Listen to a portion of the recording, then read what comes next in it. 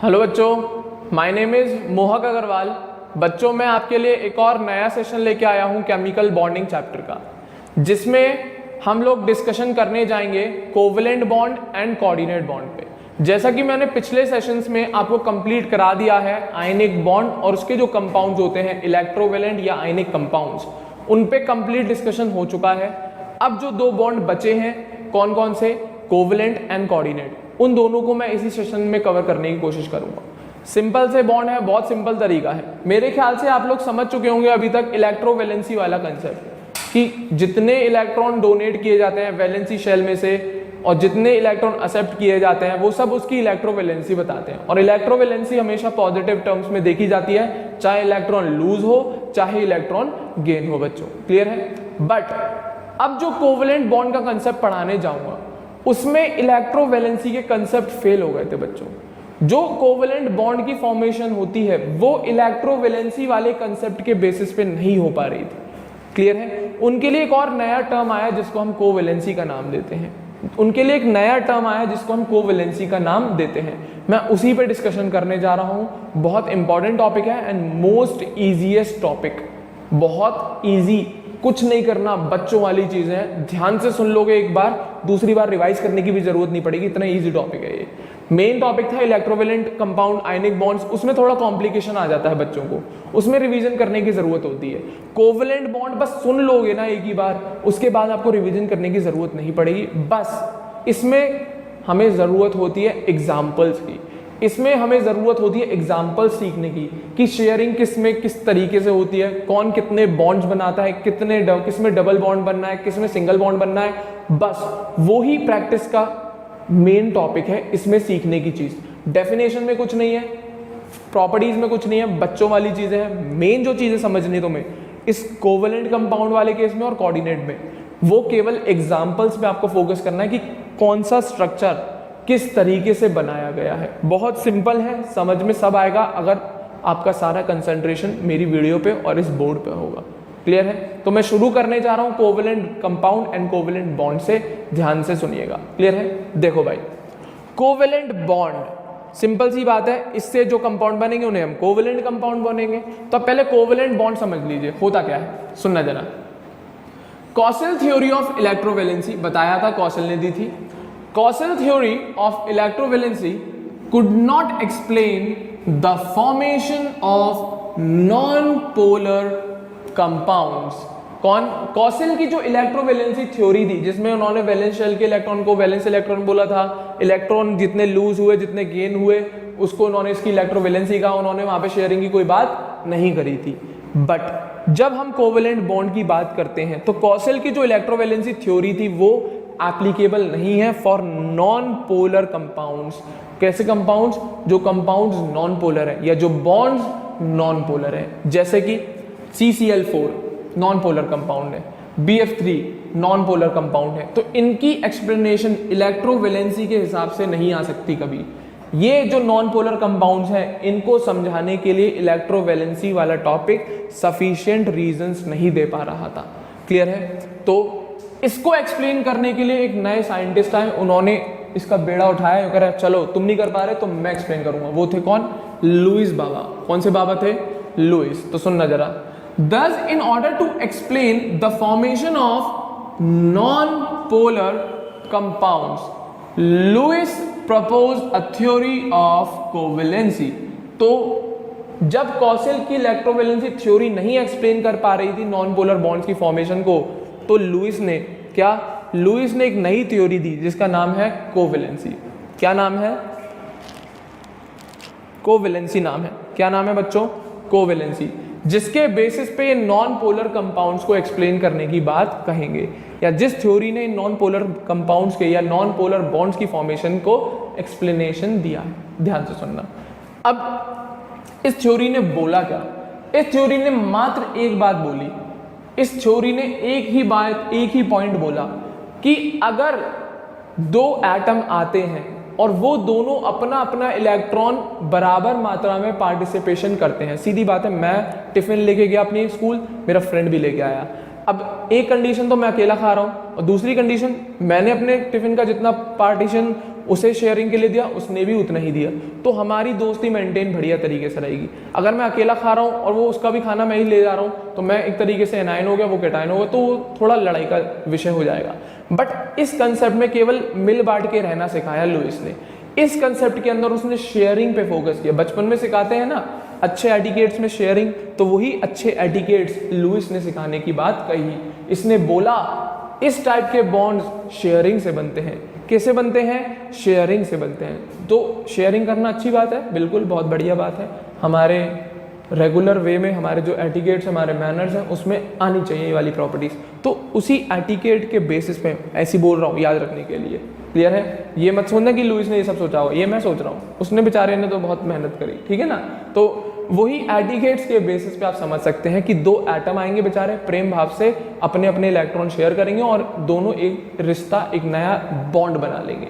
क्या बना लेंगे? बॉन्ड बना लेंगे, जिसे हम कोवेलेंट बॉन्ड कहते हैं। तो वही लिखा है according to this theory to atoms, आप और आपका दोस्त मान लो, share equal number of electrons, क्या बराबर बराबर संख्या में टिफिन शेयर कर रहे हैं, यहाँ पे इलेक्ट्रॉन शेयर हो रहा है। According to this theory to atoms share equal number of electron to complete their stomach. और ये क्या करता है? अपना स्टमक कैसे कंप्लीट करता है?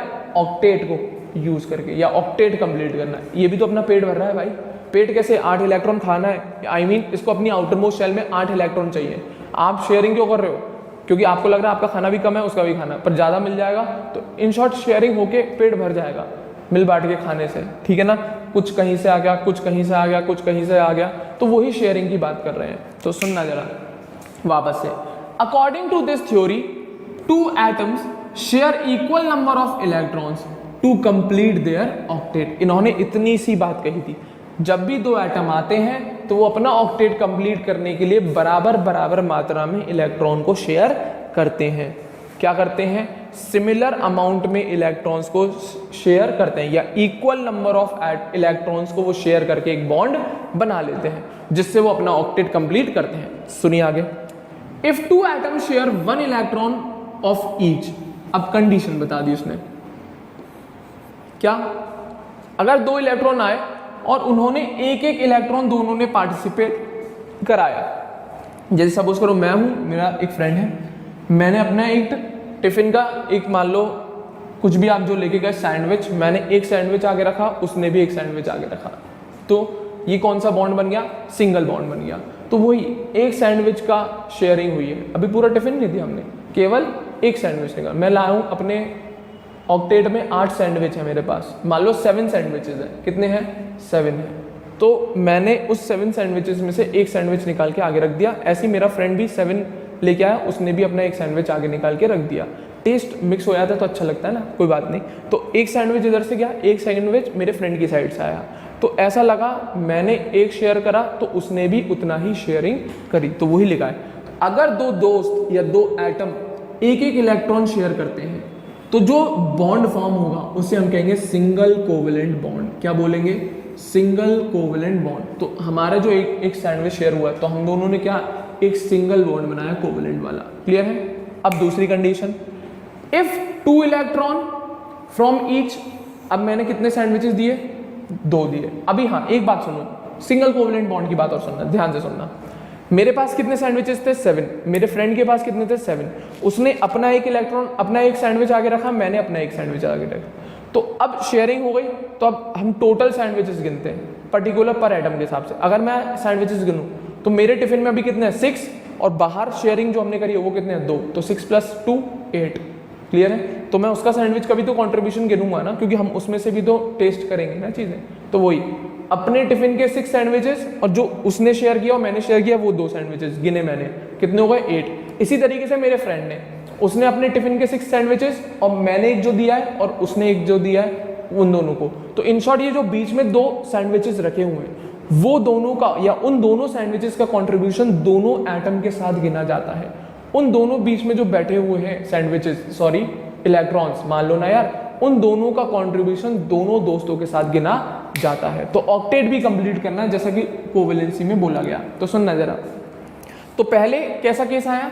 जब 2 एटम अपना एक एक इलेक्ट्रॉन शेयर कर रहे हैं तो कौन सा बॉन्ड बना? Single covalent. अब दोनों इलेक्ट्रॉन दो दो सैंडविचेस, अब मैंने 2 सैंडविच रखे, उसने भी 2 सैंडविचेस रखे, क्लियर है। तो उस केस में जो बॉन्ड बनेगा वो बनेगा डबल कोवेलेंट बॉन्ड, क्लियर है। और लास्ट केस और आ जाएगा, अगर हम दोनों 3 इलेक्ट्रॉन शेयर करें, कितने इलेक्ट्रॉन, 3 इलेक्ट्रॉन्स अगर हम शेयर करें, तो जो बॉन्ड बनेगा वो कौन सा बनेगा, ट्रिपल कोवेलेंट बॉन्ड बनेगा। अब बात आती है सर ऐसा भी हो सकता है कि 4 इलेक्ट्रॉन भी शेयर हो सकते हैं, नहीं, अभी तक हमें ऐसा कोई केस नहीं मिला जहां पर 3 इलेक्ट्रॉन से ज्यादा की शेयरिंग हो रही हो, 3 इलेक्ट्रॉन से ज्यादा की शेयरिंग हो रही हो, क्लियर है। और वो भी दोनों साइड से, इधर से भी 3 आए और दूसरी साइड से भी 3 आए, वो तो देखा जा रहा था। बट अब हम कहें एक एटम 4 इलेक्ट्रॉन और दूसरा एटम भी 4 इलेक्ट्रॉन शेयर कर रहा है, तो अभी तक ऐसा कोई केस देखने को नहीं मिला।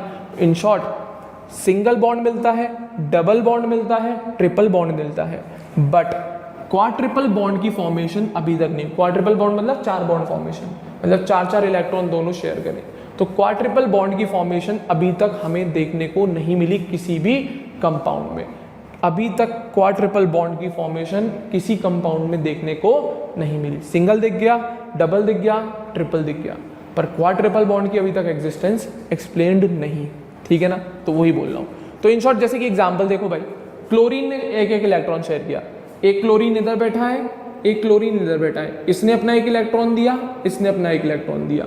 अब आपसे पूछा गया सर इसने तो 1-1 दिए, तो इसका ऑक्टेट कैसे कंप्लीट हुआ, मैं बता रहा हूँ। क्लोरीन में कितने होते हैं इनिशियली, 7 इलेक्ट्रॉन होते हैं, कितने होता है 7, 1 2 3 4 5 6 और ये 7th इसका इलेक्ट्रॉन। इसी तरीके से इस क्लोरीन के पास भी तो 7 ही होंगे, तो 1 2 3 4 5 6 और ये रहा इसका 7th इलेक्ट्रॉन, क्लियर है। तो अब इन दोनों ने 1-1 इलेक्ट्रॉन लिया। अब जरा गिनो, ये मेरे ख्याल से लुईस डॉट स्ट्रक्चर बचपन में सुना होगा, काउंट करना जरा इस क्लोरीन के इलेक्ट्रॉन, 2 2 4 2 6 और 2 8, क्लियर है। तो इसका ऑक्टेट कंप्लीट हो गया शेयरिंग की मदद से, बिल्कुल। अब इस क्लोरीन का देखो जरा, इस वाले शेल को, 2 2 4 2 6 2 8, इसके लिए कलर भी बदल देता हूँ आपके लिए, रुको।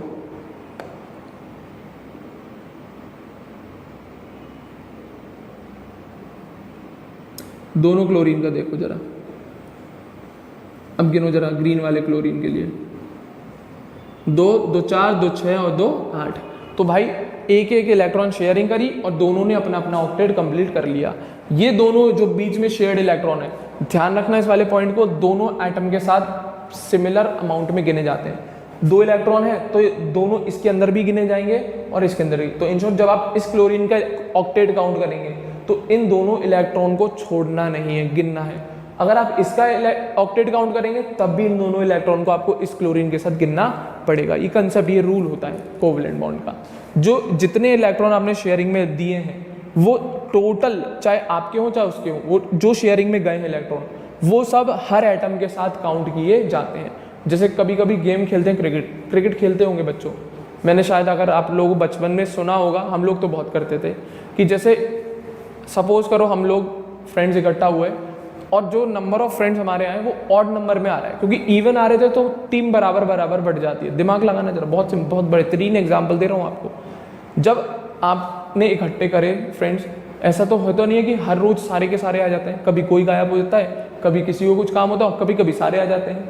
तो जैसे हम लोग खेलते थे अपने कॉलोनी में, हम लोग पार्क में खेलते थे, तो हमारे फ्रेंड्स इकट्ठा करे जाते थे। पहले हम लोग बचपन में बहुत क्रिकेट खेला हमने, तो हमारे यहाँ के 2-3 बंदे ऐसे थे कोऑर्डिनेटर टाइप के, जो सब फ्रेंड्स को घर पे जाके बता के आते थे कि इतने बजे मैच होगा, सारे आ जाना। उसमें से कुछ आते थे, कुछ नहीं आते थे। कभी कभी ऐसा होता था कंडीशन, कभी कभी क्या मोस्टली हमें ऐसे ही दिखता था कि हम लोग जब इकट्ठा हुए तो हमारे बीच में ऑड नंबर आ रहा है, तो हम लोग टीम को बराबर इक्वली डिवाइड नहीं कर पा रहे हैं। तो हम क्या कर देते हैं, उनमें से एक कोई भी बंदा ऐसा लेते हैं, उसको हम क्या कहते थे, कॉमन हो गया भाई, तू कॉमन है, मतलब तुम दोनों टीम की साइड से गिने जाओगे, तुम्हारा कॉन्ट्रीब्यूशन, तुम दोनों टीम की साइड से क्रिकेट खेलने की अपॉर्चुनिटी होती है उसके बाद। और हम लोग तो ऐसी कंडीशन भी लगा देते हैं कि इस कॉमन को 1 ओवर दोनों टीम को देना कंपलसरी है और इसकी बैटिंग 3rd नंबर पे देना कंपलसरी है, क्योंकि बेचारे कॉमन को कभी कभी कोई भी खिला ऐसे ही कर देते हैं। ऐसा जो सबसे वीकेस्ट प्लेयर था ना, उसे कॉमन बना देते थे, केवल फील्डिंग करने आया तू, केवल फील्डिंग। तो वो वाला कंसेप्ट मत दिमाग में लाना, बस केवल ये सोचना कि जो ऑड नंबर का बंदा है उसको हमने कॉमन क्यों बनाया, क्योंकि जिससे वो दोनों की साइड से काउंट किया जा सके। मैं केवल इतना बता रहा हूँ कि उस कॉमन का कॉन्ट्रीब्यूशन दोनों टीम के साथ है। तो ये दोनों इलेक्ट्रॉन जो कॉमन है, इनका कॉन्ट्रीब्यूशन इसके साथ भी है और इसके साथ भी है।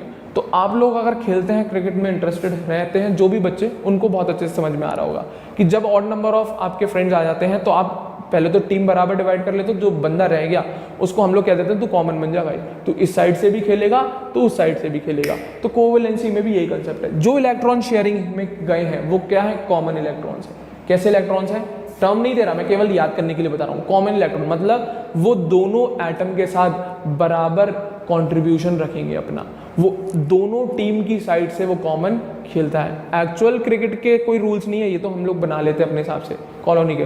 वैसे तो बहुत डिफरेंट रूल, अनोखे रूल बना लेते हैं जो होते भी नहीं है कभी क्रिकेट में। क्लियर है, 3 मिस आउट, ऐसा बहुत सारे एग्जाम्पल्स चलते हैं। आप लोग भी खेलते होंगे तो आप लोगों को भी पता होगा। क्लियर है, विकेट पे लग गई, विकेट पे तो आउट होता ही है। जैसे आपसे कभी घर वगैरह में खेलते हैं तो 3 मिस आउट हो जाता है, 1 टेप आउट। 1 टेप कोई होता है, कुछ नहीं, अपने मन से बना लिए गेम के इंटरेस्टिंग बनाने के लिए। क्लियर है, तो और कुछ नहीं, तो वो कॉमन वाला कैरेक्टर भी एक तरीके से इंटरेस्टिंग वाला टॉपिक है कि उस बंदे को दोनों साइड से कॉन्ट्रीब्यूशन। तो इसी तरीके से उस टॉपिक को अपने इस कंसेप्ट से रिलेट करो, इसी में मजा आएगा, तभी केमिस्ट्री में मजा आएगा पढ़ने में। तो उस कंसेप्ट को इस टॉपिक से रिलेट करो। तो वो जो बंदा कॉमन है वो दोनों टीम के साइड से कंट्रीब्यूट कर रहा है। तो इन शॉर्ट यहाँ पे भी तो वही काम हो रहा है, इस वाली टीम के साथ और इस वाली टीम के साथ। कौन है ये, कॉमन। तो इन शॉर्ट इसका कंट्रीब्यूशन इसके साथ भी गिना जाएगा और इसके साथ भी गिना जाएगा। दैट्स इट, ये समझाने की कोशिश कर रहा हूँ मैं। क्लियर है, तो शेयरिंग वाले इलेक्ट्रॉन कैसे होते हैं, कॉमन होते हैं एक तरीके से, जो दोनों एटम के साथ काउंट किए जाते हैं। तो इन दोनों इलेक्ट्रॉन का कंट्रीब्यूशन इन दोनों एटम के साथ गिना जाता है। That's it. क्लियर है, अब इसी तरीके से ऑक्टेट की बात करी तो ऑक्टेट कंप्लीट है। तो शेयरिंग उसी हिसाब से करा रहे हैं जिससे ऑक्टेट कंप्लीट हो जाए। क्लियर है, अब मैं चाहता तो यहाँ पे 2 इलेक्ट्रॉन भी शेयर करा सकता, पर उससे मेरे को कोई फायदा थोड़ी है। मेरे को तो ऑक्टेट कंप्लीट करते हुए शेयरिंग करानी है। शेयरिंग भी आंख बंद करके नहीं होती, शेयरिंग इसी हिसाब से हुई कि सिंगल बॉन्ड बनेगा या डबल बॉन्ड, ये इसी हिसाब से बनता है ऑक्टेट की डिमांड पर। इस क्लोरीन को कितने इलेक्ट्रॉन चाहिए थे, क्योंकि क्लोरीन जब अपनी एलिमेंटल फॉर्म में, अपनी अकेले एटॉमिक फॉर्म में होता, तो दिमाग लगाइए जरा, क्लोरीन पे कितने एटम होते, इलेक्ट्रॉन होते, 7 होते। तो इसे कितने इलेक्ट्रॉन की जरूरत है, मात्र 1। तो सिंगल बॉन्ड ही बनाएगा। इसे कितने इलेक्ट्रॉन्स की जरूरत है, 1 की तो जरूरत है, तो केवल 1 की ही तो शेयरिंग करेगा। अगर इसे 2 की जरूरत है तो 2 की शेयरिंग करता, 3 की जरूरत होती तो 3 की शेयरिंग करता। क्लियर है, अब आप कहोगे सर 4 की जरूरत है, तो चारों के चारों इकट्ठे नहीं कर सकता वो, 2-2 के डबल बॉन्ड में फॉर्म भले ही कर सकता है। क्वाड ट्रिपल बॉन्ड कभी नहीं बनता। अब वो दोनों साइड में डबल बॉन्ड बना ले, वो कोई बना नहीं है। डबल बॉन्ड 2 बन जाए कोई टेंशन नहीं है, बनते हैं, दिखाऊंगा आगे जाके। ठीक है ना, ऑर्गेनिक में तो बहुत दिखेंगे, मजा आएगा। क्लियर है, अब बात आती है ऑक्सीजन की। तो ऑक्सीजन में बनाओ भाई, कितने होता है आउटर मोस्ट में, 6, तो इसे 2 इलेक्ट्रॉन चाहिए, तो मतलब डबल बॉन्ड बनेगा। 1 2 3 4 तो मैंने ऐसे बना दिए। क्लियर है, और 2 इसकी शेयरिंग दिखा दी मैंने, 2 इसकी शेयरिंग दिखा दी। मान लो 2 इलेक्ट्रॉन ने शेयर कर दिए। इसी तरीके से दूसरा ऑक्सीजन में अलग कलर से बना दे रहा हूँ, 1 2 3 4 मैंने यहाँ बना दिया और 2 इसकी शेयरिंग दिखा दी। क्लियर है, अब इसका ऑक्टेट काउंट करो, रेड वाले का गिनो जरा, कितने इलेक्ट्रॉन हो गए, 1 2 3 4 5 6 7 8 हो गए कि नहीं हो गए, कॉमन है, दोनों के साथ गिना जाएगा। अब इसी तरीके से वापस से मैं बना दूँ बच्चों, 1 सेकंड रुकना जरा, ऑक्सीजन का केस इसी तरीके से वापस से बना रहा हूँ, जरा थोड़ा साफ साफ लगेगा। ठीक है ना, एक तो ये 2 शेयरिंग कर दी इस ऑक्सीजन ने। अब दूसरा ऑक्सीजन का और देख लो एक और बार, 1 2 3 4 5 6 2 इसने शेयरिंग कर दिए। तो अब इसका ऑक्टेट देखो, ये रहा। क्लियर है, काउंट करो, 1 2 3 4 5 6 7 8। क्लियर है, इसी तरीके से दूसरे वाले का भी ऑक्टेट गिनाता हूँ, 8 गिन गए इसके। अब इसका भी देखो भाई, कितने हो गए, 1 2 3 4 5 6 7 8। क्लियर है, तो इन शॉर्ट अब यहाँ पे इन दोनों के बीच में कितने कितने, इसने कितने इलेक्ट्रॉन दिए, 2, इसने कितने दिए, 2, तो कौन सा बॉन्ड बन गया, डबल। इस केस में कितना था, इसने 1 इलेक्ट्रॉन दिया, इसने 1 इलेक्ट्रॉन दिया, तो कौन सा बॉन्ड बन गया, सिंगल बॉन्ड। तो वही कंसेप्ट है, इतना ध्यान रखना, 1 इलेक्ट्रॉन दोनों कंट्रीब्यूट करेंगे तो सिंगल बॉन्ड बनेगा, दोनों 2 इलेक्ट्रॉन कंट्रीब्यूट करेंगे तो डबल बॉन्ड बनेगा। अब लास्ट कौन सा बचा, नाइट्रोजन का केस। अब दोनों 3 इलेक्ट्रॉन डोनेट करेंगे तो ट्रिपल बॉन्ड। देखो भाई नाइट्रोजन का बनाओ, 5 इलेक्ट्रॉन होते हैं, 2 ये दिखा दिए मैंने, 3 शेयरिंग, 1 2 और 3। क्लियर है, दूसरा भी ये नाइट्रोजन दिखा देता हूँ, ये दूसरा नाइट्रोजन आ गया आपके पास। 1 सेकंड रुकिएगा, अच्छे से बना दे थोड़ा। ये आ गया आपका दूसरा नाइट्रोजन, इसके पास भी कितने, 5 इलेक्ट्रॉन, 2 अंदर और 3 शेयरिंग में। क्लियर है, ऑक्टेट गिने, ऑक्टेट गिने, गिनो भाई, इस नाइट्रोजन को गिनो पहले, 1 2 3 4 5 6 7 8 हो गया। 8 हो गए कि नहीं हो गए? दिख गया होगा आपको मेरे ख्याल से, उम्मीद रख रहा हूँ मैं आपसे। इसी तरीके से इस नाइट्रोजन का गिनो, 1 2 3 4 5 6 7 8 आ गए। तो 3 इलेक्ट्रॉन शेयर करें तो कितने बॉन्ड बने? ट्रिपल बॉन्ड बना। इतना याद रखना है बस आपको, इससे ज़्यादा कुछ याद रखने की ज़रूरत ही नहीं है। तो 1 इलेक्ट्रॉन शेयरिंग हो तो सिंगल बॉन्ड, 2 इलेक्ट्रॉन शेयरिंग हो तो डबल बॉन्ड, 3 इलेक्ट्रॉन शेयरिंग हो तो ट्रिपल बॉन्ड। दैट्स इट, इतनी सी कंडीशन है। और सब हर एटम जो शेयरिंग कर रहा है वो अपना ऑक्टेट कंप्लीट करता हुआ चल रहा है। जो भी एटम जितने भी इलेक्ट्रॉन शेयर कर रहा है वो सब इस हिसाब से हैं कि वो अपना ऑक्टेट कंप्लीट करता हुआ चल रहा है। That's it. तो ये समझाने की बात थी। और ये जो इलेक्ट्रॉन बीच में कॉमन वाले हैं वो दोनों एटम के साथ काउंट करे जाएंगे। ये भी लुईस डॉट स्ट्रक्चर पूरा डिटेल में चलेगा तो और एग्जाम्पल आएंगे, तो बच्चों वाले दिए मैंने। लुईस डॉट स्ट्रक्चर चलेगा तो और भी अच्छे अच्छे एग्जाम्पल दिखाऊंगा। क्लियर है? यहाँ तक बेसिक समझ में आया तभी आएगा वो लुईस डॉट स्ट्रक्चर भी। 1 इलेक्ट्रॉन शेयर है तो सिंगल बॉन्ड, 2 इलेक्ट्रॉन शेयर है दोनों से तो डबल बॉन्ड, 3 इलेक्ट्रॉन शेयर है दोनों से तो triple bond. That's it. Clear है? तो ये था कंसेप्ट आपका कोवेलेंट बॉन्ड का और कोवेलेंसी का। क्लियर है? अब इसके जो कंपाउंड्स होते हैं उनकी प्रॉपर्टीज देखो। जो कोवेलेंट बॉन्ड से जो कंपाउंड्स बनते हैं, जो कोवेलेंट कंपाउंड्स कहते हो आप, उनकी प्रॉपर्टीज देखना जरा। सबसे पहले इनकी फिजिकल स्टेट। कौन सी स्टेट? Physical state. देखना भाई फिजिकली कैसे होता है, सॉलिड लिक्विड गैस, कैसे? Physical state. These compounds are found in all 3 states। तीनों फॉर्म में मिलते हैं, गैस भी मिलते हैं, लिक्विड भी मिलते हैं and solid. Vaccine solids most appropriate term होगा जो मैं इसे एक्सप्लेन करूंगा। वैक्सी सॉलिड्स टाइप के मिलते हैं मैक्सिमम अमाउंट में, क्योंकि ऑर्गेनिक कंपाउंड आते हैं ज़्यादा इसमें। ठीक है ना?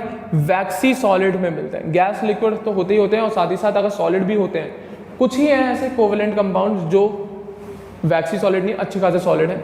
मेजर अमाउंट जो ऑर्गेनिक के लिए स्पेशली मैं बात कर रहा हूँ, अगर ऑर्गेनिक को मैं मान के चलूँ, क्योंकि इनऑर्गेनिक के भी कुछ कंपाउंड्स है जो कोवेलेंट की फॉर्म में मिलते हैं, बट ज़्यादातर इनके वैक्सी सॉलिड मिलते हैं। कुछ ही डायमंड है, हार्डेस्ट सब्सटेंस है। क्लियर है? वो भी कोवेलेंट बॉन्ड शेयरिंग से ही बना है। XYZ और भी कंडीशंस आएंगी। ठीक है ना? चलो आगे देखो। दूसरा, melting point and boiling point. कौन सा point? Melting point and boiling point. These compounds have low value of melting point and boiling point because of weak van der Waals force of attraction। इनके melting point, boiling point लो होते हैं क्योंकि इनके बीच में जो लगने वाली force of attraction है वो कौन सी है? weak van der Waals force of attraction है। क्लियर है? एक और सुनो भाई, कंडक्टिविटी की बात आती है। These compounds are bad conductor of electricity, एक को छोड़ के, because they do not ionize। अगर हम माने ग्रेफाइट को, बट वो कंपाउंड नहीं बोल सकते हो आप उसे, ठीक है ना, एलिमेंट है वो, अगर उसे माने तो हम मान सकते हैं। वैसे तो जितने भी कोवेलेंट कंपाउंड है वो बैड कंडक्टर हैं इलेक्ट्रिसिटी के। क्यों? क्योंकि इनमें आयंस बनते नहीं है, चाहे इनको सॉलिड स्टेट में देख लो चाहे इनके सॉल्यूशन बना लो, इनके कभी आयंस बनते नहीं हैं। तो ये बैड कंडक्टर ऑफ इलेक्ट्रिसिटी होते हैं। एक और सुनो, आइसोमेरिज्म, बहुत अच्छी बात। आयनिक कंपाउंड्स, इलेक्ट्रोवेलेंट कंपाउंड मैंने बोला था वो आइसोमेरिज्म शो नहीं करते, सिखाया था मैंने ये वाली बात, पॉइंट भी बोला था। क्यों? क्योंकि उनके बॉन्ड्स नॉन डायरेक्शनल है और नॉन रिजिड है, तो वही लिखा है, पर यहाँ पे शो करेगा।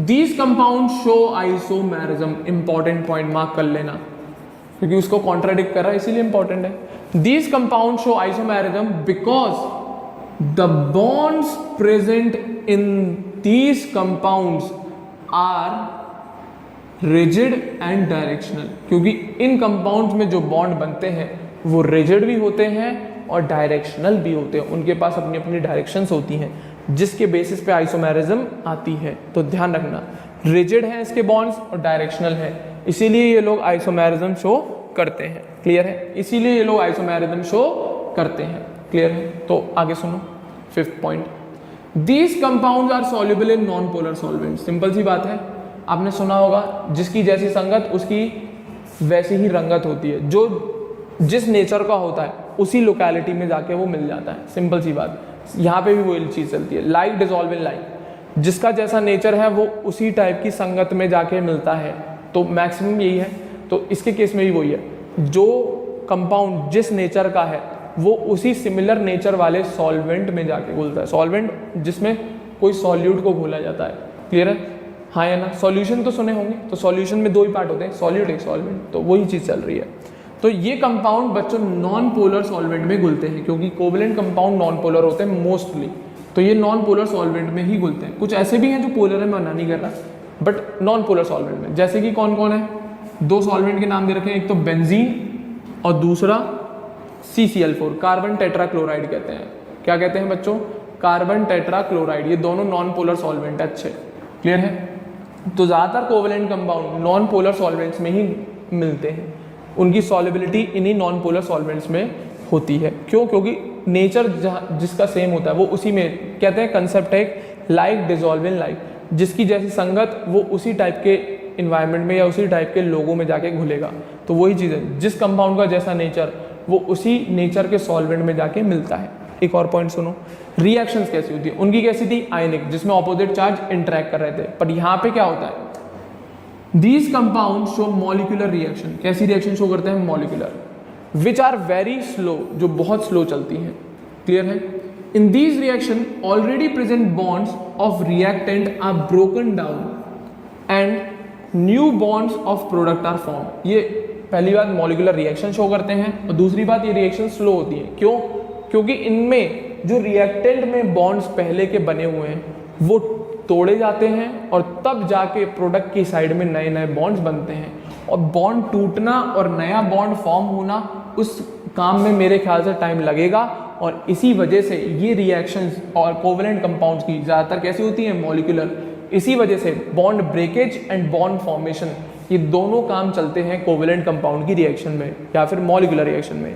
इसीलिए इन कंपाउंड्स की जो रिएक्शन है वो स्लो होती है, क्योंकि रिएक्टेंट की साइड में बॉन्ड को पहले तोड़ा जाएगा, तब जाके प्रोडक्ट की साइड में नया बॉन्ड फॉर्म होगा। और इस पूरे काम में मेरे ख्याल से डेफिनेटली टाइम ज़्यादा लगेगा ही लगेगा। इसीलिए इन कंपाउंड्स की जो मॉलिक्यूलर रिएक्शंस होती हैं वो बहुत स्लो होती हैं। जैसे कि एक एग्जांपल दे रखा है आपको, एसिटिक एसिड और इथाइल अल्कोहल, बचपन से पढ़ते आते हैं, एस्टेरिफिकेशन है। कौन सी फिकेशन है, एस्टेरिफिकेशन। कोई 8th 9th क्लास का भी बच्चा जानता होगा इसे, क्लियर है। एसिटिक एसिड और इथाइल अल्कोहल, बट ये नहीं जानता होगा वो इतना कि अल्कोहल से हम H निकालते हैं और एसिटिक एसिड से हम OH निकालते हैं। कंसेप्ट होता है ऑर्गेनिक केमिस्ट्री, जब पढ़ाऊंगा पूरा बेहतरीन तरीके से डिटेल में बताऊंगा कि किस तरीके से कैसे रिमूवल हुआ, क्या क्या चेंजेस आए होंगे, पूरा मैकेनिज्म दिखाऊंगा। ये तो आपको एक रिएक्शन दिख रही है, अभी मैं इसको पूरा ओपन करके दिखाऊंगा कि इस रिएक्शन में क्या क्या हुआ होगा, तब जाके ये बेचारा बहुत मेहनत से बना होगा। क्लियर है। तो वो सारी चीज़ें सिखाएंगे, धीरे धीरे सब समझ में आएगा। शर्त मेरे साथ जुड़े रहें, मेरी वीडियोस को रेगुलरली सिंसियरली एक मैनर में देखते रहें, तब मज़ा आएगा। क्योंकि हर पॉइंट केमिस्ट्री का, हर चैप्टर किसी ना किसी तरीके से लिंक होता ही होता है। कहीं ना कहीं कोई ना कोई किसी चैप्टर में आपको लिंक दिख ही जाएगा। तो वही लिंक समझने के लिए आपको मेरी सारी वीडियोस देखनी पड़ेंगी, तब आएगा मज़ा। ठीक है ना। तो अभी बस सुन लो, एसिटिक एसिड और इथाइल अल्कोहल, अल्कोहल से कौन गया H और एसिड से कौन गया OH, निकाल लें। कौन निकला, वाटर। मेरे ख्याल से H और OH मिलके पानी ही बनाते हैं। क्या बनाते हैं, पानी, पी जाना, बिल्कुल बढ़िया पानी होगा, पी सकते हैं। ठीक है ना। एसिटिक एसिड और इथाइल अल्कोहल, बचा हुआ क्या पार्ट है, इधर से CH3CO और इधर से OC2H5, चिपका दे दोनों को, बन गया इथाइल एसीटेट, बन गया इथाइल एसीटेट। कुछ नहीं करना, इस इथाइल अल्कोहल का H उड़ा दो, इस एसिड का OH उड़ा दे, बचे हुए पार्ट को ज्वाइन कर देना, इथाइल एसीटेट बन जाएगा। और जो निकला है वो दिख ही रहा है, कौन निकला है, पानी निकला है। कौन निकला है, पानी, वाटर निकला है। कोई दिक्कत। तो ये एक मॉलिक्यूलर रिएक्शन है जिसमें एसिटिक एसिड और इथाइल अल्कोहल के पहले बॉन्ड टूटे होंगे, तब जाके एस्टर का नया बॉन्ड बना होगा, तब जाके रिएक्शन कंप्लीट हुई होगी। और मेरे ख्याल से इस पूरे प्रोसेस में टाइम बहुत लगा होगा। इसीलिए कोवेलेंट कंपाउंड की रिएक्शंस स्लो होती हैं। उन रिएक्शंस को हम क्या बोलते हैं, molecular reactions. That's it. Clear है। उम्मीद कर रहा हूँ समझ में आया होगा ज़रूर। आगे बढ़ूँ तो ये आपका कंप्लीट होता है covalent bond and covalent compounds की प्रॉपर्टीज। अब एक और बॉन्ड का नाम सुनना जरा, जिसको हम कहते हैं कोऑर्डिनेट और डेटिव बॉन्ड। बहुत बेहतरीन, क्लियर है, बहुत बेहतरीन बॉन्ड है ये। पहली बार सुन रहे होगे, शायद किसी ने सुन भी रखा होगा। जो पहली बार सुन रहे हैं उनको बहुत मज़ा आएगा। क्लियर है। जो दूसरी बार सुन रहे हैं उनको तो पता ही है क्या है, उनको मज़ा आएगा, बिल्कुल आएगा। एग्जाम्पल्स में उनको ज़्यादा मज़ा आएगा। बट जिनको नहीं पता है वो ध्यान से सुनना, बहुत इंपॉर्टेंट चीज़ है। बहुत बेसिक सा कंसेप्ट है, बहुत ईजी है, कुछ नहीं है इसमें, बहुत बच्चों वाली चीज़ है, ध्यान से सुनना।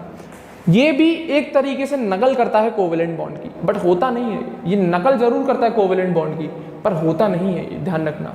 क्या, ये नकल, कॉपी करने की कोशिश ज़रूर करता है कोवेलेंट बॉन्ड की, परस्पर ही कोवेलेंट बॉन्ड होता नहीं है। सुनना जरा, ये एक तरीके से ऐसा मान लो एक इंटरमीडिएट स्टेज है, एक तरीके से ऐसा मान सकते हो आप, मानने की कह रहा हूँ, गारंटी नहीं कह रहा, मान सकते हैं एक तरीके की इंटरमीडिएट स्टेज है। ना तो बेचारा ये पूरा कोवेलेंट हो पाया, ना ये बेचारा पूरा आयनिक हो पाया, ये बीच में फंस गए इन दोनों के। ना तो ये बेचारा पूरा कोवेलेंट हो पाया, ना तो ये बेचारा पूरा आयनिक हो पाया, ये इन दोनों के बीच में फंस गया। इस तरीके से ऐसे समझ सकते हो आप। क्यों होता है सुनना जरा, इसमें ये चाह रहा था कि मैं कोवेलेंट भी बन जाऊं और उसी समय पे मैं आयनिक भी बन जाऊं, ऐसी इसकी टेंडेंसी थी। तो ऐसी टेंडेंसी वालों को तो हम बीच में लटका देते हैं। यही कंसेप्ट है इसका। क्लियर है? समझ रहे होंगे जो पढ़ चुके हैं वो लोग। क्लियर है? एक तरीके से हम मान सकते हैं ये ना तो बेचारा पूरा कोवेलेंट बन पाया, ना ही बेचारा ये पूरा आयनिक बन पाया। इसका रीजन जब मैं समझाऊंगा तब आएगा। सुनना जरा, पहला है क्या, ये बॉन्ड बनता कैसे है, क्या क्या चीजें होती हैं वो ध्यान से सुनना। कोऑर्डिनेट बॉन्ड और नाम जानकारी ले लो, डेटिव बॉन्ड और सेमी पोलर बॉन्ड। एक ही नाम है, राम श्याम पप्पू राजू XYZ रख देते हैं यार नाम, तो आप लोगों को भी याद रखने हैं। कोऑर्डिनेट बॉन्ड को हम क्या क्या कह सकते हैं, डेटिव बॉन्ड कह सकते हैं या फिर सेमी पोलर बॉन्ड भी कह सकते हैं। नाम है भाई, याद रखो, मैं क्या करूँ, आप भी कुछ नहीं कर सकते ना मैं कुछ कर सकता। अब एक नाम देना चाहिए था, अब क्या है, साइंटिस्ट है, अपने नाम कमाने के लिए दे देते हैं अलग अलग नाम। कोऑर्डिनेट बॉन्ड, डेटिव बॉन्ड और सेमी पोलर बॉन्ड। अब होता क्या है भाई साहब, ये तो बताओ सर, वही बता रहा हूँ, ध्यान से सुनना। दिस टाइप ऑफ बॉन्ड, कौन सा, कोऑर्डिनेट की बात चल रही है, is also formed by sharing of electrons. देख कॉपी करेगा, अब ये क्या करेगा, कोवेलेंट की कॉपी करने की कोशिश करेगा। कहते हैं ना नकल के लिए भी अकल चाहिए होती है, तो ये अपनी अकल बेच खाया था।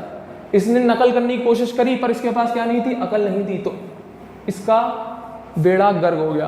क्लियर है? इसने कोशिश करी थी कोवेलेंट में बन जाऊं, बट बन नहीं पाया था, अपनी आदतों से मजबूर बेचारा। तो सुनना जरा, this type of bond is also formed by sharing of electron, but आ गया बट, यही बट सब गड़बड़ कर देगा, अट बट चट। सुनना जरा, this type of bond is also formed by sharing of electron, but the shared pair of electron is donated by only one atom. आगे अपने औकात पे देख ले जरा, क्या बोला, इसमें भी शेयरिंग होती है, किसकी, इलेक्ट्रॉन्स की, मेरी तो होगी नहीं। किसकी शेयरिंग होती है इस केस में भी, दो एटम आए, उन दोनों ने शेयरिंग करी इलेक्ट्रॉन की। बट यही वर्ड ऐसा है जिसके बेसिस पे पूरा कंसेप्ट गड़बड़ हो गया, जिसके बेसिस पे पूरा कंसेप्ट ही बदल गया। हमें लग रहा था कि होता है कोवेलेंट, बट है नहीं।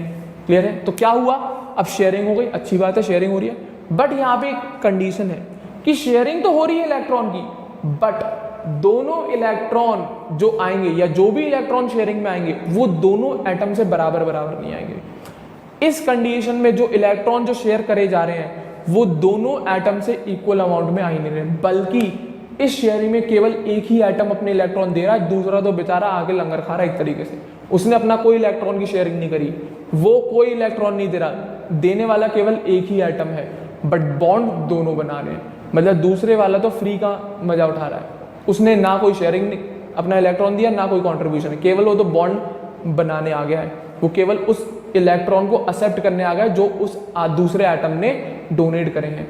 बट हम उसे डोनेट नहीं बोल रहे, क्या बोल रहे हैं, शेयर करें, क्योंकि ये नकल कर रहा था किसकी, कोवेलेंट की। तो करने की कोशिश करी पर पूरा कोवेलेंट नहीं बन पाया ये। तो सुनना जरा, this type of bond is formed by sharing of electron, लिखा है बकायदा शेयरिंग होती है, बिल्कुल होती है, बट यहाँ पे जो शेयरिंग ऑफ इलेक्ट्रॉन हुई है वो shared pair of electron is donated by only one atom. उस शेयरिंग में केवल एक ही एटम का कंट्रीब्यूशन होता है, दूसरे का कुछ नहीं, दूसरा केवल उस इलेक्ट्रॉन को यूज करने आ जाता है। ठीक है ना, विच, इसके लिए और कंडीशन है, जिस एटम ने ये इलेक्ट्रॉन शेयर कराए हैं उसके लिए एक और कंडीशन है, which have already completed it's octet.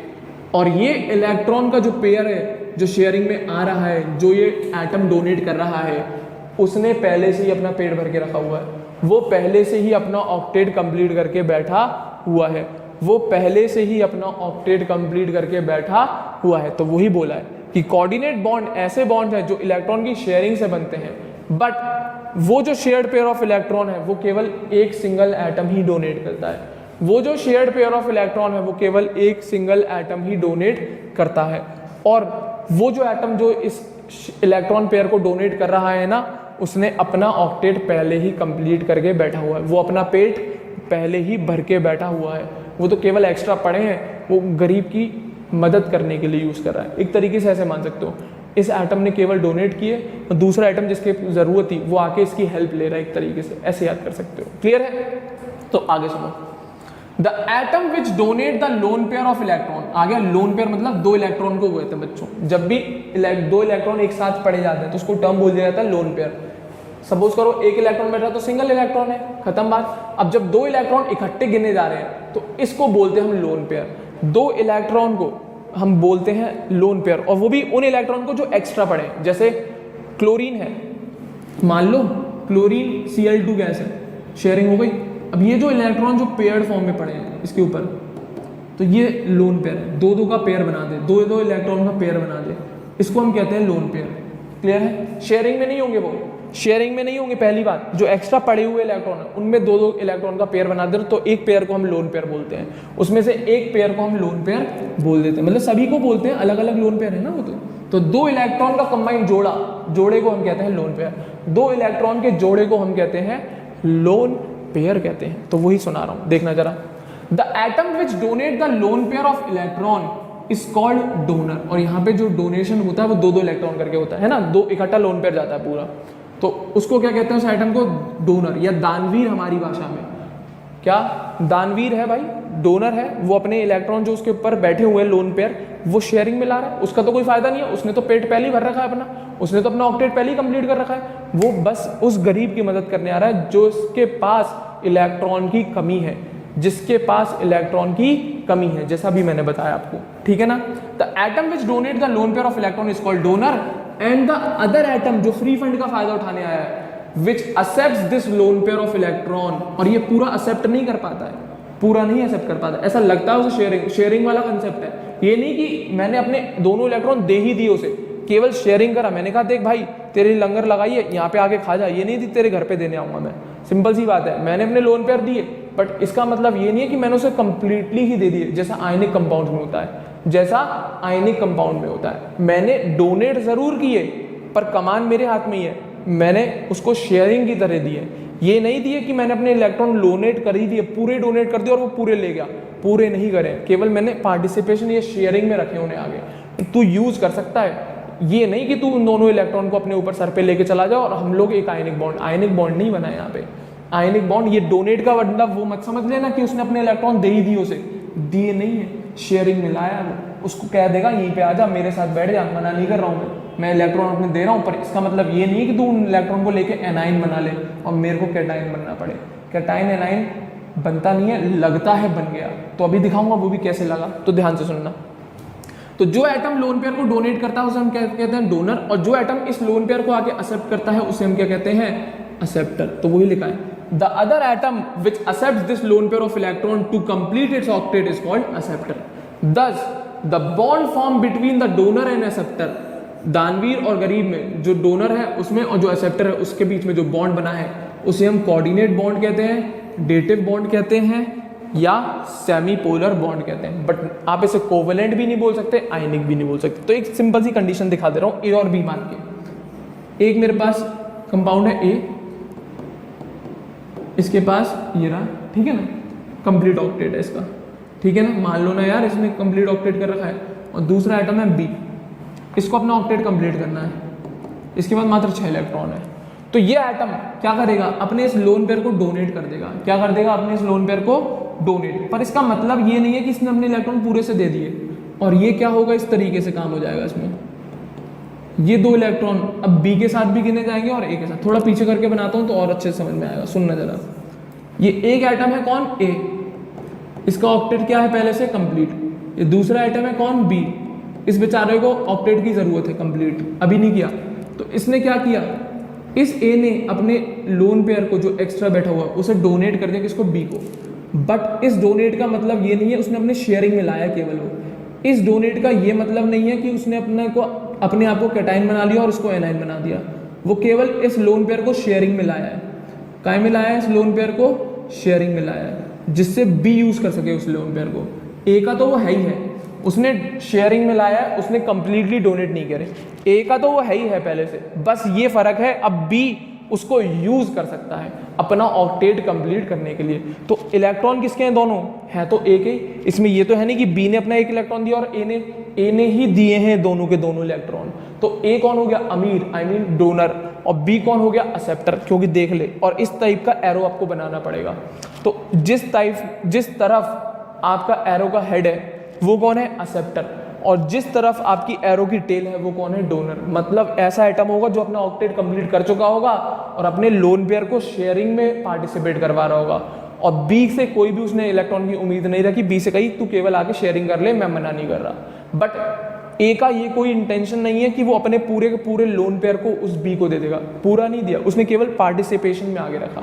जैसे सपोज करो मैं गया टिफिन लेके, मेरा दोस्त आया, वो लेके ही नहीं आया बेचारा टिफिन, तो मैंने अपना पूरा का पूरा टिफिन शेयरिंग दे दिया। पर ये नहीं किया मैंने अपना पूरा टिफिन उसे खाने दिया, मैंने भी खाया उसमें से, मेरा ही टिफिन है वो, मैंने केवल उसके साथ शेयरिंग करी। तो शेयरिंग पर इस केस में जो शेयरिंग है वो केवल एक ही साइड से है, दूसरी साइड से तो बेचारा वो है ही नहीं उसके पास कुछ। तो बी कौन है, एक्सेप्टर है, और ए कौन है, डोनर है। ये कंसेप्ट होता है। तो ये मिमिक करता है कोवेलेंट कैरेक्टर को। तो इन शॉर्ट, ना तो ये बेचारा पूरा कोवेलेंट है, ना ही ये बेचारा पूरा आयनिक है, क्योंकि अगर ये डोनेट भी कर रहा है तो आयनिक तब होता जब ये अपना पूरा का पूरा इलेक्ट्रॉन बी को दे देता और खुद कैटायन बन जाता और बी एनायन बन जाता, तब तो ये आयनिक होता। और कोवेलेंट कब होता, जब ए भी जितने इलेक्ट्रॉन दे रहा हो बी भी उतने इलेक्ट्रॉन दे, तब वो कोवेलेंट होता।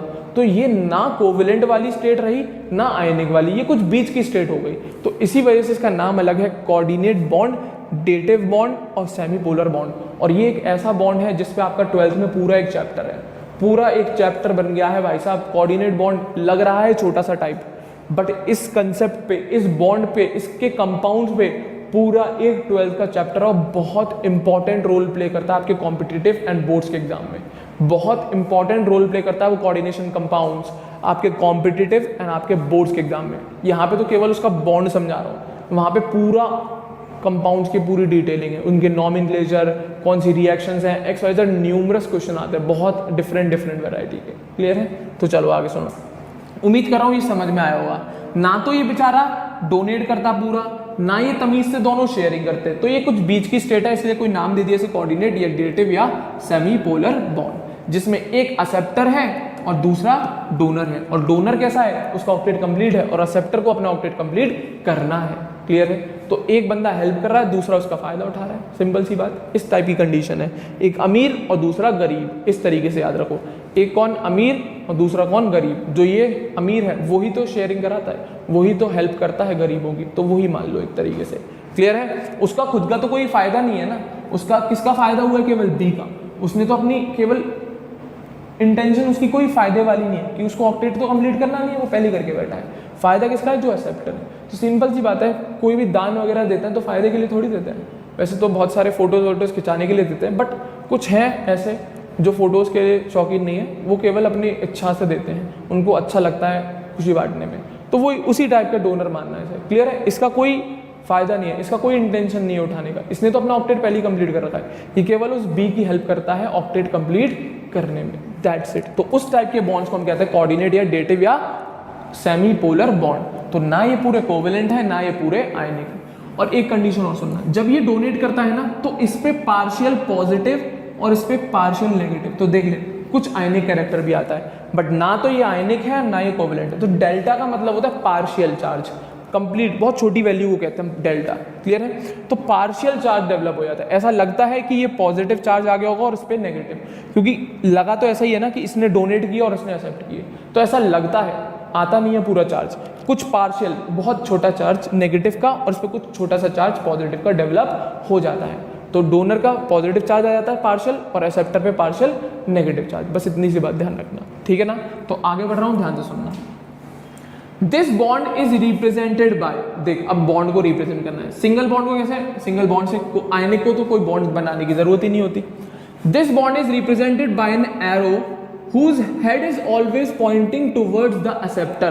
बताया भी जैसे मैंने, इस एरो का हेड किसी तरफ है, एक्सेप्टर की तरफ। Thus, the atom which donate electron pair acquire partial positive charge and the other atom which accepts this pair of electron acquire partial negative charge। तो यहाँ पे ना तो कंप्लीट शेयरिंग की तरह हुए ना कंप्लीट डोनेशन, तो इसीलिए पार्शियल चार्ज आया है। अगर कंप्लीट डोनेशन होता तो उसमें पूरा +2 और उसमें -2 चार्ज, क्योंकि 2 इलेक्ट्रॉन इसने यूज किए और उसने 2 इलेक्ट्रॉन एक्सेप्ट किए, तो मेरे ऊपर +2 आता, उसके ऊपर -2। बट यहाँ पे मैंने कंप्लीट डोनेट किए नहीं और ना कंप्लीट तरीके से अच्छे से शेयरिंग करी, तो इसीलिए ये पार्शियल का केस है। तो इसीलिए दस the atom which donate electron, अब पहले तो उसने सिंबल बता दिया कि एरो से दिखाते हैं, एरो का हेड डोनर की तरफ है और टेल एक्सेप्टर की तरफ है। दूसरा इसने ये बता दिया यहाँ पे जो एटम है जिसने डोनेट किया है अपने लोन पेयर, जो शेयरिंग में अपना आगे रखा है जिसने लोन पेयर, उस पर तो पार्शियल नेगेटिव पॉजिटिव चार्ज आ जाता है, और जिसने एक्सेप्ट किया है उस पर पार्शियल नेगेटिव चार्ज, तो वही लिखा है thus the atom which donate electron pair acquire partial positive charge and the other atom which accepts this pair of electron acquire partial negative charge and hence the bond is also known as semi-polar bond। polar bond नहीं बोला जाए, polar bond तो आयनिक होगा, तो ना ये completely polar है ना ये completely non polar है, तो इसे हमने बोल दिया कैसा बॉन्ड है, सेमी पोलर। कुछ पोलर का कैरेक्टर है और कुछ नॉन पोलर का कैरेक्टर है, दैट्स इट। तो इस टाइप के बॉन्ड्स को हम कहते हैं कोऑर्डिनेट बॉन्ड या डेटिव बॉन्ड। मेरे ख्याल से समझ में ज़रूर आया होगा, मेरे ख्याल से डेफिनेटली समझ आया होगा, अगर नहीं आया तो फिर भाई छोड़ देना, फिर नहीं आ सकता। इतना सिंपल करके बताया मैंने, कौन डोनेट किया, ना तो ये कंप्लीट डोनेशन है ना कंप्लीट शेयरिंग है, सारी चीज़ें मैंने डिटेल में बताई, क्यों पार्शियल पॉजिटिव क्यों पार्शियल नेगेटिव, बस उसकी थ्योरी लिख दी आपको। क्लियर है? चलो एग्जाम्पल देखो। अब बात आती है सर कुछ एग्जाम्पल बताओ जिसमें होता है ऐसा काम। देखो भाई एग्जाम्पल सामने लिखा है पर मैं अपने हाथ से लिख के दिखाऊंगा आपको। मुझे क्या बनाना है, SO2। क्लियर है? तो पहले इनके एटम्स देखो भाई, सल्फर और ऑक्सीजन के बारे में आप जानते होंगे। सल्फर की आउटर मोस्ट में 6 इलेक्ट्रॉन, ऑक्सीजन की आउटर मोस्ट में 6 इलेक्ट्रॉन। क्लियर है? अब 2 ऑक्सीजन है तो दोनों ऑक्सीजन बना लिए मैंने। अब कैसे बॉन्ड बनेंगे, तो सबसे पहले एक सल्फर एक ऑक्सीजन को उठाया मैंने, ऑक्सीजन रखा मैंने यहाँ पे, ऑक्सीजन ने अपने 2 इलेक्ट्रॉन दिए, इसी तरीके से सल्फर ने अपने 2 इलेक्ट्रॉन दिए। तो इधर ऑक्सीजन ने अपना ऑक्टेट कंप्लीट कर लिया, इधर सल्फर ने ऑक्टेट कंप्लीट कर लिया। तो अब बात आती है सर जब दोनों अपना ऑक्टेट कंप्लीट कर चुके हैं तो हमें तीसरे की जरूरत क्यों? बिल्कुल जरूरत होती है, कंपाउंड SO कभी कुछ स्टेबल है ही नहीं, SO2 मिलता है नेचर में। तो अब बात आती है अब ये दूसरा ऑक्सीजन कैसे अपना ऑक्टेट कंप्लीट करेगा, ये आपने सल्फर के तो करा दिए। तो अब बात आती है दूसरा जो ऑक्सीजन बैठा है जिसके पास कितने इलेक्ट्रॉन है, 6 इलेक्ट्रॉन है, जिसके पास कितने इलेक्ट्रॉन है, 6 इलेक्ट्रॉन। इसके लिए कलर अलग कर दूं, कोई दिक्कत तो नहीं किसी को? दिक्कत होगी तो एडजस्ट करना, खुद होनी नहीं चाहिए। वैसे एक इलेक्ट्रॉन और बिठा दे रहा हूँ, जिसके पास कितने इलेक्ट्रॉन है, 6, सिंपल सी बात है, पता है इलेक्ट्रॉन है। अब ये दोनों तो अपना पेट भर के बैठे हुए हैं, अब वो बेचारा इनका मुंह देख रहा है, अब वो क्या करे, कुछ नहीं, उसको कुछ जरूरत नहीं। ये सल्फर इतना दानवीर है, ये जो एक्स्ट्रा के 2 लोन पेयर बैठे, इसने कहा चल मेरे पास पड़े हैं मैं तेरे को दे देता हूँ, तो ये अपना इलेक्ट्रॉन पेयर डोनेट कर देता है, किसको, इस ऑक्सीजन को। ये अपना इलेक्ट्रॉन पेयर क्या कर देता है, डोनेट कर देता है, किसको, ऑक्सीजन को। तो ये कैसा कंपाउंड बन जाएगा, ऐसा कंपाउंड बन जाएगा, ये कंपाउंड बन SO2। क्लियर है? और एक लोन पेयर इसके सर पे बैठा हुआ है, एक लोन पेयर इसके सर पे बैठा हुआ है। तो ये कंडीशन है यहाँ पे SO2 की। कब बनती है, जब वो अपना पेट, अब आप पूछेंगे सर ऑक्सीजन भी तो डोनेट कर सकता है, भाई सेम इलेक्ट्रोनेगेटिविटी कैसे डोनेट करेगा, शेयरिंग भी तो होगी नहीं, जरूरत ही नहीं है, ये अपना ऑक्टेट कंप्लीट कर चुका है, इनकी इलेक्ट्रोनेगेटिविटी अलग होती है, तो इसीलिए ये इजीली डोनेट कर देता है। कभी कभी दिमाग में आता है कि ऑक्सीजन भी तो कर सकता है, मना नहीं है, बट दोनों सिमिलर एटम है तो नहीं होता है यहाँ पे केस।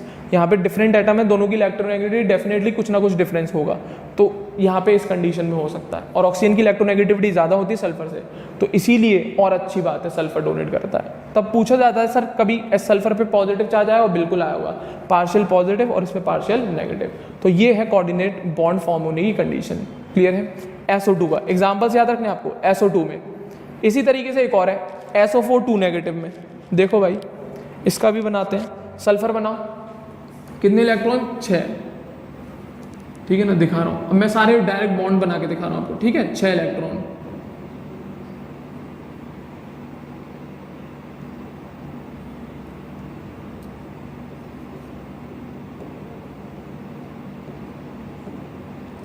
पर इस आयन पे +2 चार्ज है, -2 चार्ज है, देख। और जब भी किसी आयन का निकाला जाए और जो चार्ज मेंशन्ड है, तो बच्चों चार्ज वाले जो इलेक्ट्रॉन है वो सेंट्रल एटम पे दिखाए जाते हैं। तो अब सल्फर के शेल में 8 इलेक्ट्रॉन है, इस तरीके से मान के चलो, क्योंकि SO4 -2 है पूरा, और ये जो चार्ज है इस तरीके से मानो सल्फर पे आया, ये चार्ज मानो ही मत, छोड़ो, -2 भी मत दिखाओ तुम। क्लियर है? 6 इलेक्ट्रॉन मानो सल्फर के। 6 ही इलेक्ट्रॉन, 6 इलेक्ट्रॉन से मान के चलो, तुम्हें नहीं तो कंफ्यूजन होगा। सल्फर के 6 इलेक्ट्रॉन्स हैं, क्लियर है, हाँ या ना।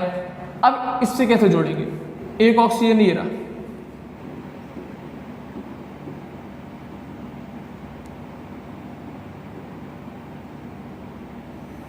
ये रहा, और ये O नेगेटिव है, O नेगेटिव है, कौन सा नेगेटिव है, ऑक्सीजन नेगेटिव। इसी तरीके से ऑक्सीजन यहां पे भी,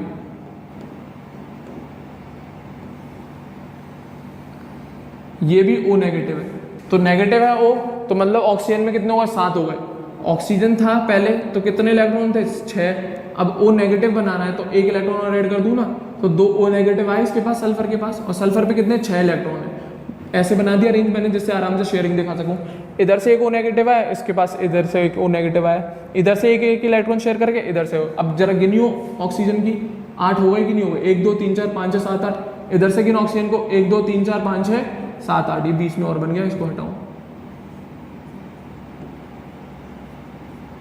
क्लियर है। इधर से भी ऑक्सीजन के 8 हो गए, इधर से भी ऑक्सीजन। अब सर सल्फर के हुए क्या, 8, बिल्कुल हो गए। देख जरा सल्फर के लिए कलर अलग करता हूं मैं।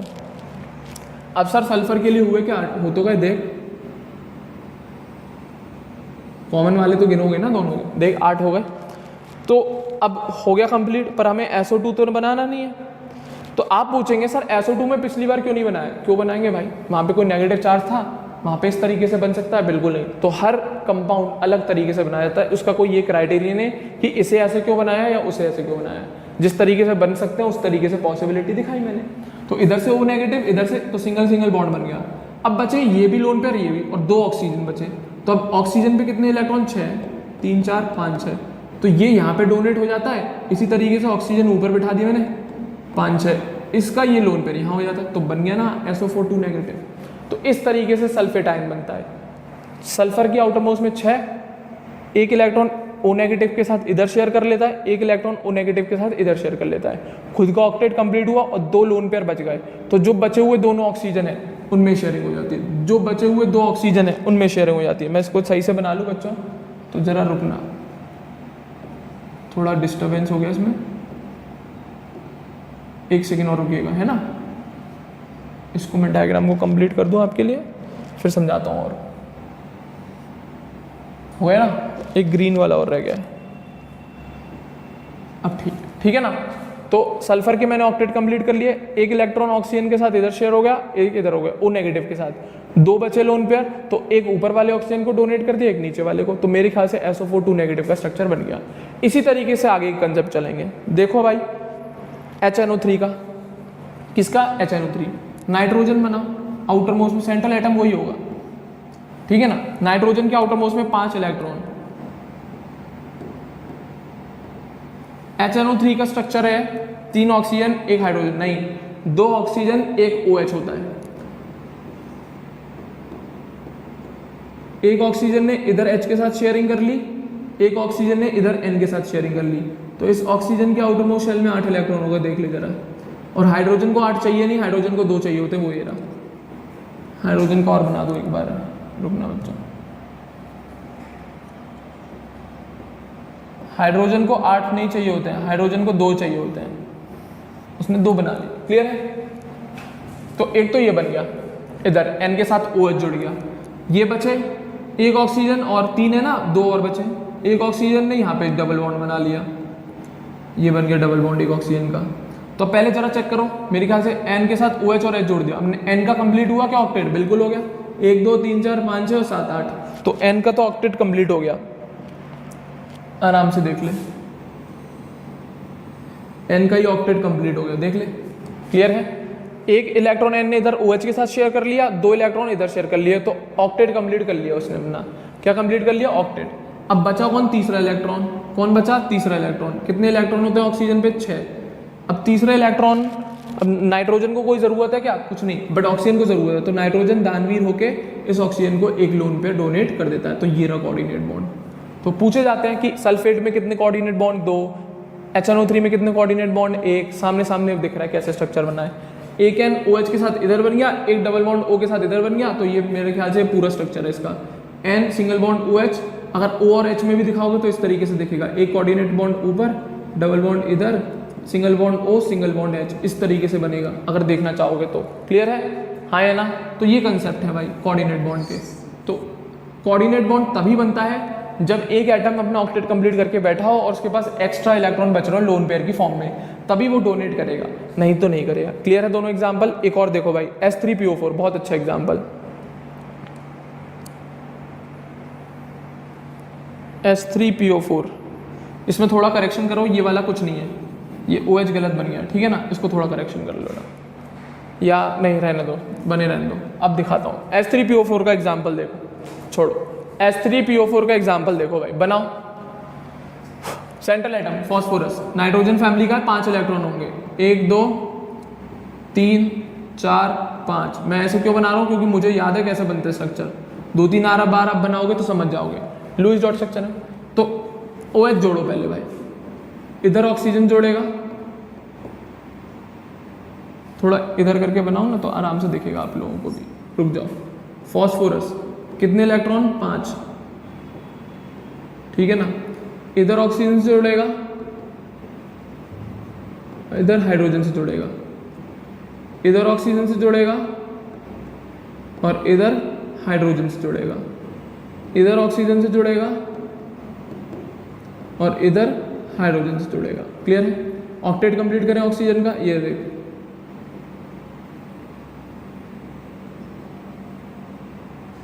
ठीक है ना। इस ऑक्सीजन का ऑक्टेट कंप्लीट करें, ठीक है ना। इस ऑक्सीजन का ऑक्टेट कंप्लीट करें, ठीक है। तो इस ऑक्सीजन ने एक बॉन्ड इस P के साथ बना लिया, एक H के साथ, तो 3 OH तो लग गए, एक ऑक्सीजन बचा पर अभी। क्लियर है? अब उससे पहले आप फॉस्फोरस का देखो, ऑक्टेट कंप्लीट हो गया क्या? मेरे ख्याल से हो गया, लग रहा है मुझे। फॉस्फोरस का ऑक्टेट देख,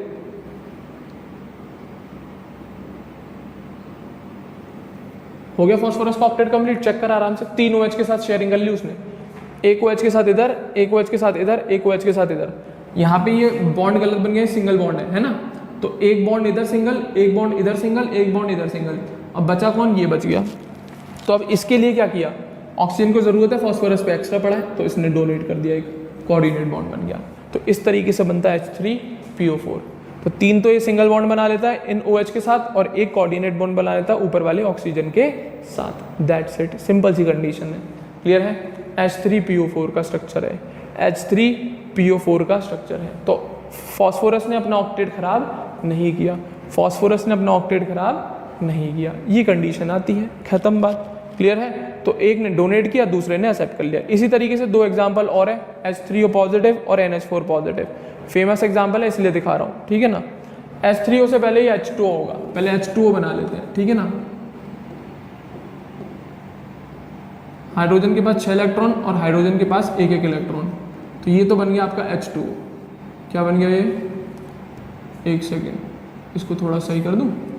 ये तो आपका बन गया H2O बन गया आपका, ठीक है ना। ये ऑक्सीजन आ गया आपका, ठीक है। ये H2O बन गया आपका, 2 हाइड्रोजन 1 ऑक्सीजन, 6 इलेक्ट्रॉन है। अब कौन आया इसके पास? H+ आयन आया। कौन आया? H+ ion. मेरे ख्याल से H+ आयन पे एक भी इलेक्ट्रॉन नहीं होता, एक भी इलेक्ट्रॉन नहीं होता, और इसको स्टेबल होने के लिए 2 इलेक्ट्रॉन की जरूरत है जो कि ऑक्सीजन के पास एक्स्ट्रा पड़े हैं। तो ये ऑक्सीजन ने अपने ये लोन पेयर को इसको डोनेट कर दिया, बन गया पूरा H3O+ आयन। क्लियर है? तो इस तरीके से बना होगा। इस ऑक्सीजन ने अपना 1 इलेक्ट्रॉन इस हाइड्रोजन के साथ शेयर किया, इसके साथ, तो H2O बना। पहले H2O पे 2 लोन पेयर एक्स्ट्रा पड़े हैं और हाइड्रोजन को जरूरत है, तो ऑक्सीजन अमीर है तो भाई अपना लोन पेयर डोनेट कर देगा, कोऑर्डिनेट बॉन्ड बना लेगा H+ आयन के साथ। क्लियर है? इसी कंसेप्ट पे ये चलता है। कौन? NH4 positive. तो पहले NH4 से पहले NH3 बनाते हैं। तो नाइट्रोजन के पास 5 इलेक्ट्रॉन होते हैं, ठीक है ना। 1 2 3 4 5। एक इसने हाइड्रोजन के साथ यहाँ शेयर कर लिया, एक इसने हाइड्रोजन के साथ यहाँ शेयर कर लिया, एक इसने हाइड्रोजन के साथ यहाँ शेयर कर लिया। तो जरा बनाओ, हाइड्रोजन ये गया, ये स्टेबल हो गया, ये हो गया हाइड्रोजन का काम, पेट भर गया। अब नाइट्रोजन में पेट भरा कि नहीं भरा? बिल्कुल भर गया। देख, नाइट्रोजन के भी 8 इलेक्ट्रॉन हो गए। अब इससे कोई ज़रूरत है शेयरिंग की? नहीं। बट यहाँ पे कौन आएगा इसके पास? H+ आएगा। बेचारा ये होगा, साहब भूख लग रही है, मेरे पास पैसे नहीं है, कुछ आप मदद कर सकें तो कर सकते हैं। तो नाइट्रोजन कह रहा है मेरा काम हो गया यार, मेरे पास लोन पेयर पड़ा है, मैं बेचारे गरीब की हेल्प कर दूं। तो क्या करता है ये नाइट्रोजन अपना लोन पेयर हाइड्रोजन को डोनेट करता है, तो ये कोऑर्डिनेट बॉन्ड बन गया आपके। तो कोऑर्डिनेट बॉन्ड की कंडीशन सिंपल सी है, एक अमीर है दूसरा गरीब है, एक का ऑक्टेट कंप्लीट है दूसरे को जरूरत है, तो जिसका ऑक्टेट कंप्लीट है उस पर लोन पेयर जो बचा है वो अपना लोन पेयर डोनेट कर देता है जो गरीब वाला एटम है उसे। और क्या फॉर्म करता है एक कोऑर्डिनेट बॉन्ड, जिसका सर एक्सेप्टर की तरफ सिंबलाइज करता है और जिसकी टेल डोनर की तरफ सिंबलाइज करती है। ये आपका कंसेप्ट है कोऑर्डिनेट बॉन्ड का और उसके कुछ एग्जांपल्स। क्लियर है? उम्मीद कर रहा हूँ ये समझ में आया होगा। अब भाई इसकी प्रॉपर्टीज और सुनो, इसके जो कंपाउंड बनते हैं उनकी प्रॉपर्टीज क्या है। 5 प्रॉपर्टीज है गिनी चुनी, ध्यान से सुनना। तो प्रॉपर्टीज सुनो भाई कोऑर्डिनेट कंपाउंड की। बॉन्ड समझ में आया होगा, एग्जाम्पल समझ में आया होगा, डेफिनेटली आए होंगे अगर आपने ध्यान से सुना है तो। कंपाउंड्स की प्रॉपर्टी सुनना। Properties of coordinate compound are in between electrovalent and covalent compound. Simple सी बात, होना ही था क्योंकि नकल कर रहे थे दोनों की। इलेक्ट्रोवेलेंट भी बनना चाह रहे थे, आयनिक बन कुछ नहीं पाए, ना इलेक्ट्रोवेलेंट ना आयनिक। तो रह कौन गए? ये बीच के। कौन रह गए? मिडिल पोजीशन पे। तो वही बोला है, प्रॉपर्टीज जो होती है इनकी कोऑर्डिनेट कंपाउंड की वो इलेक्ट्रोवेलेंट और कोवेलेंट के बीच में होती है। दूसरा, मेल्टिंग और बॉइलिंग पॉइंट बिल्कुल उसी की तरह से चलेंगे कोऑर्डिनेट बॉन्ड की, ठीक है ना, कोऑर्डिनेट कंपाउंड की, sorry. Melting point and boiling point are less than electrovalent compound but greater than covalent compound. तो ये कंसेप्ट है। तो इलेक्ट्रोवेलेंट से इनके मेल्टिंग पॉइंट बॉइलिंग पॉइंट कम है पर कोवेलेंट से ज्यादा, तो मिडिल में आ गए ना, क्योंकि इनके कैरेक्टर में आयनिक भी और कोवेलेंट भी है। तो बट इनके melting point boiling point electrovalent से तो डेफिनेटली कम होंगे क्योंकि इलेक्ट्रोवेलेंट के मैक्सिमम होते हैं और कोवेलेंट के मिनिमम होते हैं। तो कोऑर्डिनेट के डेफिनेटली इन दोनों के बीच में। तो आयनिक से तो कम है इनके melting point boiling point but covalent से इनके ज्यादा है। तीसरा, coordinate bond are rigid in direction. हाँ, जैसे कि कोवेलेंट बॉन्ड रिजिड डायरेक्शन होता है, कोऑर्डिनेट बॉन्ड भी रिजिड इन डायरेक्शन होता है, याद रखना। इनमें भी आपको आइसोमेरिज्म सिखाऊंगा 12th में, जब कोऑर्डिनेशन केमिस्ट्री आएगा टॉपिक तो उसमें आपको आइसोमेरिज्म सिखाऊंगा क्योंकि इनके बॉन्ड रिजिड और डायरेक्शनल होते हैं जस्ट लाइक कोवेलेंट बॉन्ड्स, ठीक है ना। अगला, soluble in both polar and non polar, क्योंकि इनका नेचर ही ऐसा है दोनों के जैसा, पोलर भी हो सकता है नॉन पोलर भी, तो इनको कोई फर्क नहीं पड़ता, सॉल्यूशन चाहे कैसा भी हो। अगला, coordinate compounds do not ionize, but ये शर्त जरूर है, ये आयनाइज नहीं होते क्योंकि आयनिक तो है नहीं ना पूरे, तो ये आयनाइज नहीं होते इन सॉल्यूशन, दस their solution do not conduct electricity. तो भाई आयनिक जैसे हैं, आयनिक तो नहीं है ना, तो इनके आयंस आयोनाइज नहीं होंगे और इनके सॉल्यूशन में इलेक्ट्रिसिटी कंडक्ट नहीं होगी। तो इनकी प्रॉपर्टी ज़्यादातर सब इलेक्ट्रोवेलेंट और कोवेलेंट के मिडिल जैसी होती हैं, बिल्कुल बीच में, आयनिक से तो कम मेल्टिंग पॉइंट बॉइलिंग पॉइंट और कोवेलेंट से ज़्यादा। इनके बॉन्ड्स रिजिड तो वही है, इनके अंदर पार्शियल आयनिक कैरेक्टर भी है और पार्शियल कोवेलेंट, दोनों को मिमिक करने की कोशिश करते हैं पर दोनों की तरह नहीं होते, बिल्कुल कुछ अलग ही हैं। क्लियर है? तो उनकी ये 5 गिनी चुनी प्रॉपर्टीज़ हैं कोऑर्डिनेशन कंपाउंड्स की। क्लियर है? तो उम्मीद कर रहा हूँ आप लोगों को ये बातें समझ में आई होंगी, कोऑर्डिनेशन की, कोऑर्डिनेट बॉन्ड की और कोवेलेंट बॉन्ड की। दोनों डिफरेंट है, अपनी अपनी जगह दोनों सही हैं, दोनों के काम अलग अलग हैं, दोनों के तरीके अलग अलग हैं। क्लियर है? तो उम्मीद कर रहा हूँ ये पूरा टॉपिक समझ में आया होगा, तो प्लीज़ इसके एग्जाम्पल्स जरूर ट्राई करेंगे। क्लियर है? सिंगल बॉन्ड बनाने की कोशिश करना, डबल बॉन्ड बनाने की कोशिश करना, ट्रिपल बॉन्ड बनाने की कोशिश करना, जितने ज़्यादा कोऑर्डिनेट बॉन्ड के आपको एग्जाम्पल्स ट्राई कर सकें बना के उनको देखना। क्लियर है? तो ये कंसेप्ट मैं यहीं तक कंप्लीट करता हूँ। इस टॉपिक में मैंने आपको दोनों कवर करा दिए, covalent bonds and coordinate bonds. Clear है? उम्मीद कर रहा हूँ आप लोगों को मेरा ये सेशन पसंद आया हो, तो जरूर लाइक करें वीडियो को और हमारे चैनल अग्रबंधु ज्ञान गेन को जरूर सब बच्चे सब्सक्राइब करेंगे। क्लियर है? और हाँ, एक उम्मीद और रख रहा हूँ आप लोगों से, प्लीज़ इनके नोट्स प्रॉपर तरीके से, प्रॉपर मैनर में, एक ढंग की कॉपी में बनाना, मोटी सी कॉपी लेना जिसमें पूरा सिलेबस तो नहीं आ पाएगा, कुछ तो आएंगे चैप्टर्स, छोटी छोटी पतली पतली कॉपियाँ मत लेके बैठना, पता लगी एक कहीं गई एक कहीं गई, पता ही नहीं मिल रही है, पेपर के टाइम पे माथा पकड़ के बैठे हैं। क्या करना है? कुछ नहीं करना, वीडियो सुनना है, ठीक है ना, सब क्लियर हो जाएगा, सब सॉर्ट आउट है, कोई दिक्कत। तो इसी के साथ ये सेशन मैं एंड करता हूँ। अगले सेशन में एक नया टॉपिक जिसका नाम है लुईस डॉट स्ट्रक्चर, इसको तो सब बच्चे बचपन से जानते हैं, बट यहाँ पे मैं इतने बेहतरीन एग्जाम्पल कराऊंगा आप लोगों को, मजा आ जाएगा। क्लियर है? तो अगले सेशन में हम लोग लुईस डॉट स्ट्रक्चर पर डिस्कशन करते हैं, तब तक के लिए ढंग से इसको रिवाइज कर लें, ढंग से इसको याद कर लें, ठीक है ना बच्चों। तो अगले सेशन में मैं मिलता हूँ लुईस डॉट स्ट्रक्चर के साथ, तब तक ढंग से इन चीज़ों को पढ़ के रखो, ठीक है ना। Thank you very much.